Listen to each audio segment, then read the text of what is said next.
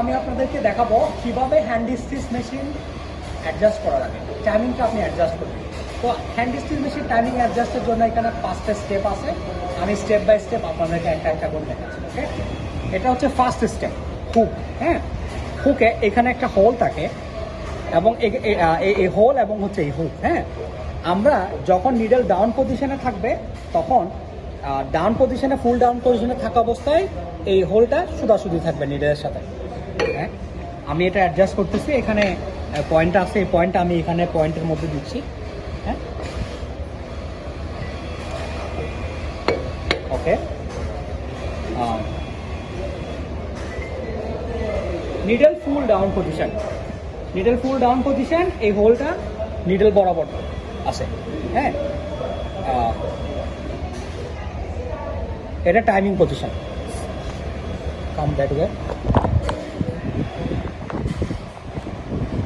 এটা হচ্ছে হুকের টাইমিং পজিশন।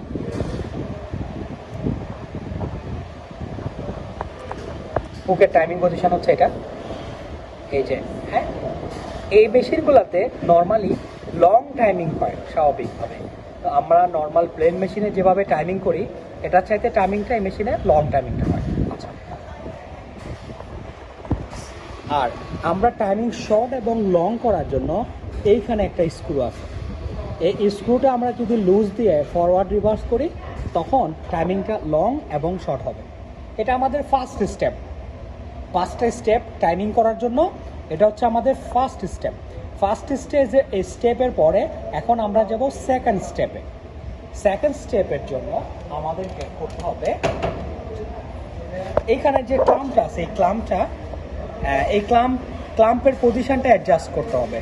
এই ক্লাম্পের পজিশন অ্যাডজাস্ট করার জন্য আমাদের